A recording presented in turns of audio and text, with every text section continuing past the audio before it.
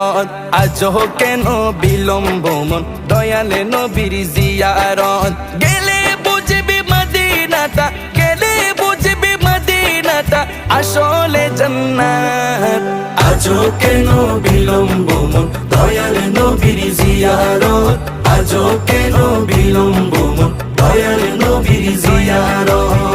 যে শান্তি মদিনায় পাবি বেহেশতের নাই উল্টা দাবি বেহেশতের নাই উল্টা দাবি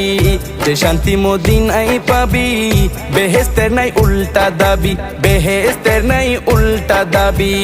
লামো কামের সুবাসেতে লামো কামের সুবাসেতে বাড়াবে ইজ্জত আজও কেন বিলম্ব মন দয়াল নবীর জিয়ারত আজও কেন বিলম্ব মন দয়াল নবীর জিয়ারত গেলে বুঝবি মদিনাটা